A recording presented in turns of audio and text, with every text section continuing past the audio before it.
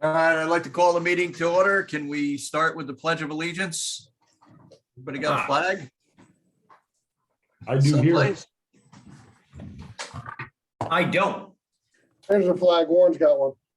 I pledge allegiance to the flag, Flag. United States of States of America, America and to the republic for which it stands, one nation, one nation, one nation, under God, indivisible, indivisible, with liberty, liberty, justice for all. For all. All right, Nothing Make a like the motion on the Zoom minutes. Pledge of Allegiance. and I get a motion on the minutes. Come on. Oh, no, I wasn't. Was I there? Nobody wants to make a motion on the minutes? I'll make a motion to Motion. approve the minutes. All in favor? Aye. Aye. Motion on everything else we have on the agenda. Really? He's trying to play All right. catch up. Keith, you want to talk about the financial update? Sure. For the, as of the month ended September 30th, the total fund balances were $17,144,000. And that's broken up between $2,618,000 for Putnam, $3,840,000 for Westchester, and $10,686,000 that's FAD money. We've made $18,000 year to date so far on investment income. As most people know, investment income yields are pretty atrocious. When Joanne was here, she had decided that there was no yield to be had in investments, so she was moving a lot of the money into the money market account. Unfortunately, the money market account is now paying 0.01%. So I'm going to be looking at moving that back out to investments, especially seeing as the treasury rates have come up by 50%, which is still a horrible number. They're about 0.3% for 2 years now instead of the 0.2 that they've been. So we'll try to make a little money off of what we can. Every little bit helps. Yep. Anybody have any questions? All right, hearing none, we're gonna move on. 401k discussion. This discussion started about 2 years ago when the employees of the corporation came to the executive committee and asked us to take a look at maybe offering a 401k plan for our employees. Warren and Keith have done the lion's share of the work on all of this, so I will turn it over to them. Sure. Warren? I had sent everybody an email the other day about this. So hopefully you'll be somewhat familiar, or at least it's there if you want to pull it up. I started out probably in April, maybe it was even March, talking to a bunch of different companies. Because we have so few employees, the IRS construct that we're under is called Safe Harbor. And it's kind of the name of the plan, the Safe Harbor plan. And there's very specific things you can and can't do within the Safe Harbor. You know, if you're familiar with a regular 401k, your average salary has to be invested in the plan. And obviously with 4 people, it doesn't, statistically, it doesn't work out too well. So it's very specific. And we took a look at several different companies. The one that before I kind of handed it over to Keith, because Keith, when he came on, told me that he had done this elsewhere. The company name was Human Interest Advisors, and they have a plan. It's called the Concierge Plan. They're all called wonderful different things, but their plan has some administrative fees, and then, as is with every other Safe Harbor plan, there's very specific things that the employer can do. So, as an example, for the Safe Harbor, we can provide 3% of somebody's salary, and up to about 5%. So the cost of the 401k, all the plan fees for human interest advisors. And by the way, let me just digress briefly. When I handed this over to Keith, the reason I was a little reluctant to select one is because besides the plan fees, there are also fees that the employee has to pay for ongoing balances and stuff in the plan. And the fees range from somewhere around 0.52% a year up to just over 1%. Obviously, that impacts people over, over time. So I felt a little reluctant to make the decision. And he looked at him and basically made the same decision I had, which is the human interest advisors concierge plan is probably the best one. For us, they have administrative charges. It's for all employees. The cost of the 401k plan for us for a year is $2,088. That's for us to administer the plan. And that includes all the record keeping, the fidelity bond, the plan administration. There are no other fees paid by the employer, which is us. There are employee contributions and employer contributions to the plan. Obviously, if an employee doesn't want to join the 401k, there's nothing that they have to do. There's nothing obviously that would force an employee to join this plan. And to digress again, the reason we had looked at this originally where the employees suggested it, we offer a pension plan to our own employees. It's about 12 to 15% of their pay is about what we end up paying each year. Right now, it varies year to year. And while we do have medical, we do use NYSHIP State Medical. We can't use the pension system for East Hudson Watershed Corp. It wasn't legally allowed. And so we looked at the 401k. There are 3 employer contributions. And one is we can just supply 3% for every employee. The employee actually doesn't have to put anything in if we do that. The second, there's a 1-for-1 match for 3%. And the cost for us, if everybody joined in the plan, would be $10,500. There is also a third, which is the first 3% is matched 3% the employee puts in. If they put in 3%, we match at 3%. If they opt not to put anything in, obviously there's no cost to us. And then anything over that, up to a total of 5%, we would match half. So if they put a total 5% for us, they would have to put in 7% of their salary and we would match it with 5%. If we did that, the total cost of the plan to us, assuming everybody put 7% of their money in, which it's probably not likely, but it's a possibility, is $19,588. And that includes the $2,088 original cost. So for us to put this thing into effect, again, the fees, $2,088 a year. And we have a couple of different options. What I would suggest is the match is the third option that I sent out to everybody. It's the match for the first 3% and then 50% of anything they would do up to a total cost to us of 5% if they put in 7% of their salary. And that's the $19,588 number for the year. The money would come out of, it would be budgeted like salaries and everything else, and it would, come out of the regular funds. Our salaries right now are approximately $350,000. Keith, I don't know if that's an exact number or not, but you would know. It's our salaries for 2021 were a little bit under $350,000. Okay. Going forward into next year, they're just trying to see if I can spot the line quickly.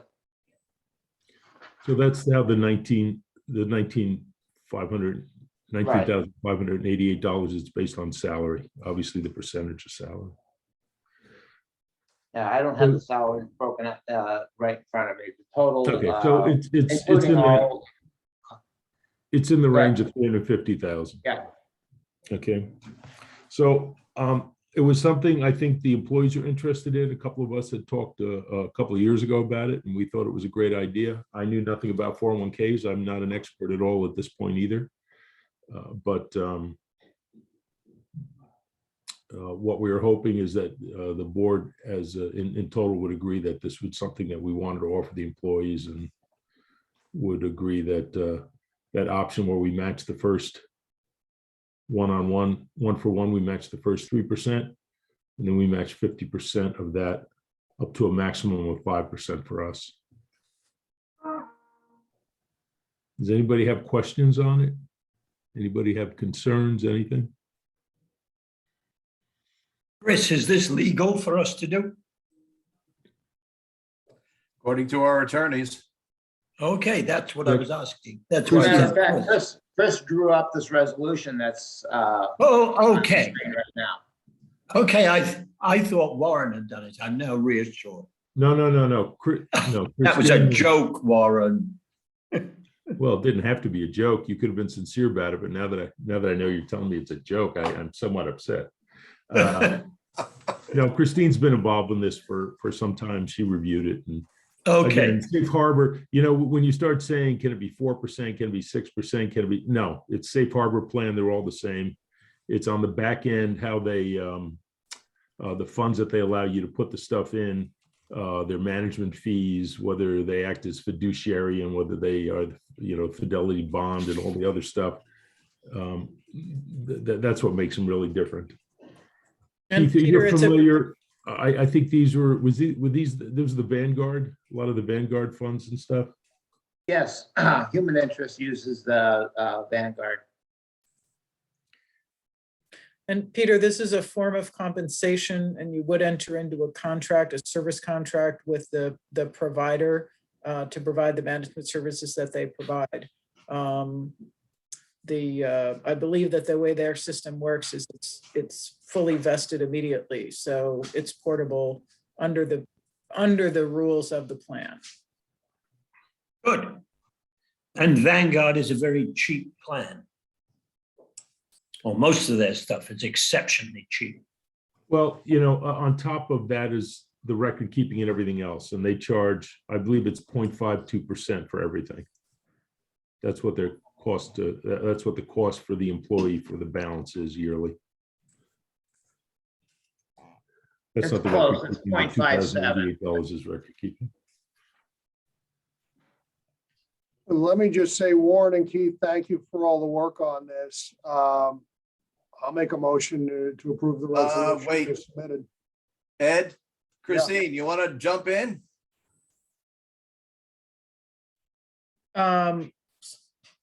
You mean, I just explained the compensation. Are you asking, what's your question, Rich? The question is, do we have a quorum? We can vote on this? We had a quorum, you declared a quorum, Yes, we did. Maureen dropped out. and I'm gonna say that this is the interesting intersection of public and non-public rules. So under your bylaws, you have a requirement for a quorum of 2/3, which is not what a public board would need, but it's what this board needs. But your bylaws do say that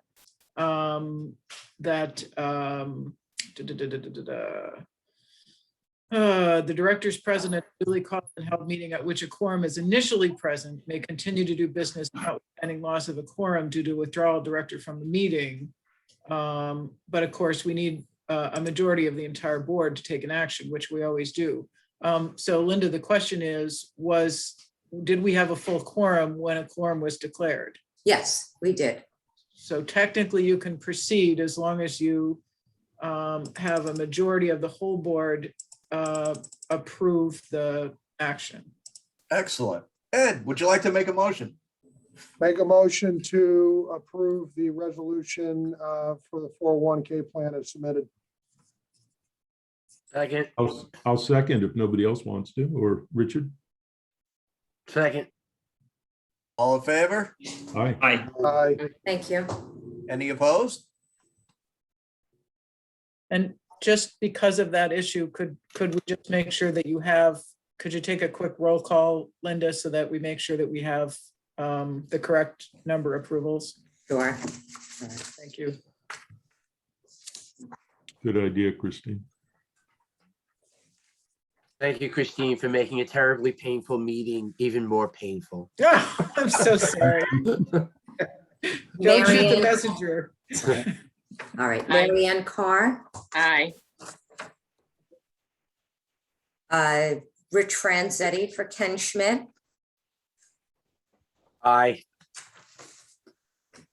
Michael Preziosi for Linda Puglisi, Aye. Town sequence. Peter Parsons, Aye. Present, whatever you want. Ed Brancotti for Gina Pickenich, Aye. Warren Lucas, Aye. Rich Williams, Aye. Joanne Daly for James Schmidt, Aye. Lori Taylor. Aye. Steve Wolfle for Rick Morrissey. Aye. Rich Williams for Tony Hay. Yes, Tony will shoot me. Dan Ciarcia for Matt Slater.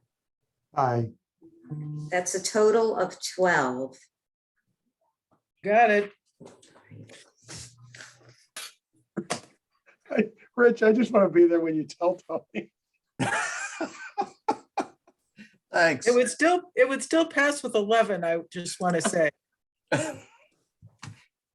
No, look, I think the administrative charges on this is a pretty inexpensive, at $2,088 administrative fees, it's a pretty inexpensive plan for us. Most of them weren't that low. But what this offered on the other end was very good for the employees too, so. So I do thank you. I know the employees are kind of psyched because it gives them a way to save for their retirement. Thank you. All right, let's get going here. Adoption of the 2020 ABO budget. Keith, you want to just very briefly go through it?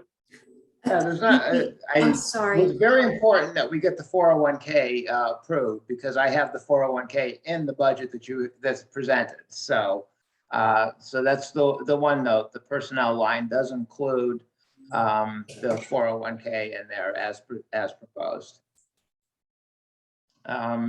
Really, there's not much that has changed in the budgets from previous years. Kevin's given me numbers as far as what his anticipated construction costs, and those are obviously the largest pieces in the budget, presuming that we get approvals to do all the work that he wants to do. And you can see under the contractual, there's other contractual 401k administration for $2,100. And we did budget for the opportunity to do year 11 work, both for construction and design. But we just it's more of a placeholder within the budget, as we still need to, as we'll talk to in a little bit, have funding available for moving forward to the program. So should we never execute that portion of the budget, we'll just, carry it over into another charge.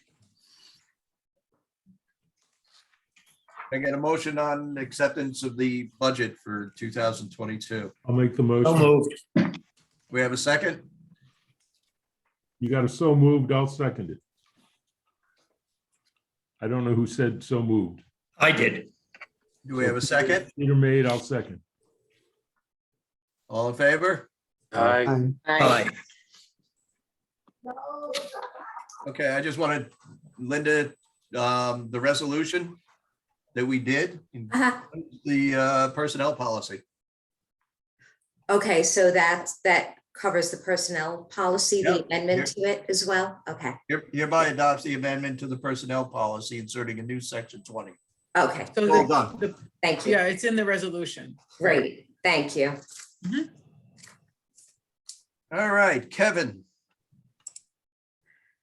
Okay, so we are currently sitting at 625 kilograms reduced, and we are wrapping up construction on, let's see here, Carmel CF 601 and PRCR 701, both FAD projects. We'll be submitting those kilogram certification letters to the DEC. That'll total about 16.8 for additional credits. We are shortly going to be installing catch basin insert filters within Mount Kisco at MKNC 602. That'll be happening either towards the end of this week or the beginning of next week. We'll be speaking with the property owner to schedule that, and that'll be another submission that goes in with our next letters to the DEC. Pushing ahead, we have likely a fall construction period on SE. I lost where to go. All right, sorry. SAED 715 at Scalpino Park. And we expect the later fall and into the winter for new CNTR 801, along with a few other catch basins or projects which are pushing ahead. That is the bulk of the project update. If there aren't any specific project questions, we'll move on to the program. Okay.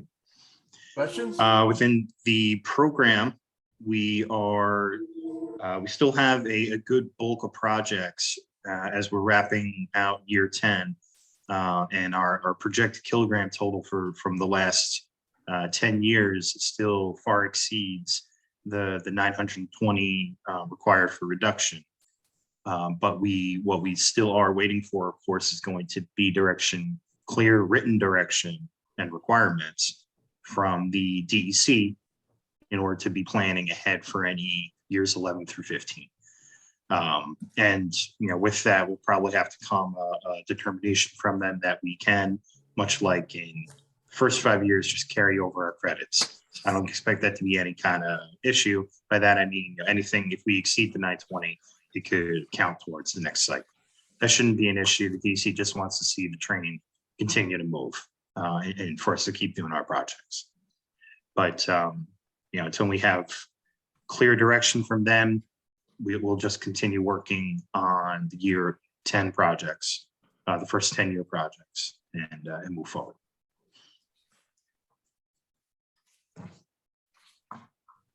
Did anybody hear about when the MS4 document's going to be out? Did it come out already? I haven't heard much. Listen, I talk to Tom Snow now about every other week. And I ask that question every other week, and it's any day now. Don't push it. Let them take their time. There's no rush for any of them. Well, there is a bit of a rush because we need that document to say that we still have an obligation. So we can go back to the DEP and say, fund that obligation. Or we don't have any future obligations. And it's all over and it disappears into the mist. Yeah. Is this gonna be when they release, is that the final, or are there still gonna be a comment period on it? There usually is going to be there usually is a comment period anytime they do something like this. No, They I know just the la- released, by the way, for all those affected, they just released the draft documents on the PFOAs.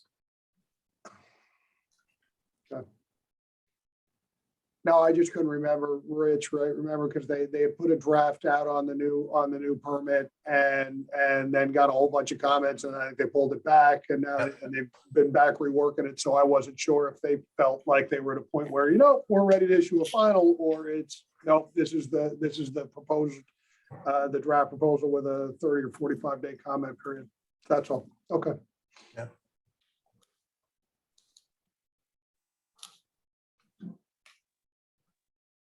Any other questions? All right, we have a list of proposed meeting dates. Everybody had a chance to look at them? Motion to accept. Have a second? Second. All in favor? Aye. Aye. All right. Still a little confused on this one, the EOH orientation for new supervisors. We recognize that we have a number of new supervisors coming into office beginning January of this year. And I know Warren, myself, Kevin, and the staff are going to be sitting down with the new supervisors and doing an orientation so that they understand what the MS4 program is and what the East of Hudson Watershed Corporation is. Anybody else want to jump in on this? No, our concern is that, I'm sorry, go ahead. Our concern is simply that as we get further and further away from when this thing started in 2011, people forget, why it's here and the work we had to do to kind of create it. I doubt the DEC, there was a comment before, maybe it's not in the new MS4. I doubt if the DEC has any interest in having us go away. So I'm sure it will be. But in terms of just Rich and myself talking about it, the way it's structured right now, and we had talked about changing a little bit, is the supervisors, the head elected officials, or I guess supervisors or mayors need to be, kind of Well, they're the board of for directors. the president. No, anybody can be on the board, right? But they need to be some of the name titles, right? Whatever that is. The officers. Officers, yeah. Thank you. So it's harder and harder to get people, and at some point in time, Rich and I will be sailing off into the sunset. So, and Peter's sailing already. Yep. Mentally, I've gone. Well, yes, that was a year or two ago. That's too easy. Wait a minute, that's too easy. That's way I too know. easy. That's just slow pitch softball right there. Yeah. So anyway, we thought it would be beneficial to sit down with everybody and just kind of go over how this thing started and what happens if it isn't here, because it'd be a lot more work on all of us together in total. Amen. Marianne, maybe we should hold hands and dance into the sunset. We could definitely hold hands, but there's no sunsetting for me. There isn't? No, never. Onward, and Oh. upward. But maybe sunsetting at this location for this particular assignment, but that's about it. It's just Okay. a phase. I move on to the next phase. Still lots of work to be done, Peter. You can come along if you like. My next phase is legs up in the sun. Oh.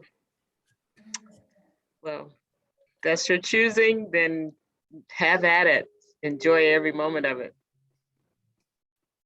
All right, back to business. Kevin, you have anything on the O&M discussion? Nothing major, but if anybody has any outstanding bills that are hanging around, I'd like to see them, get it filed. As always, as work happens, send it in, please. Other business? Anyone have any other business they wish to bring up?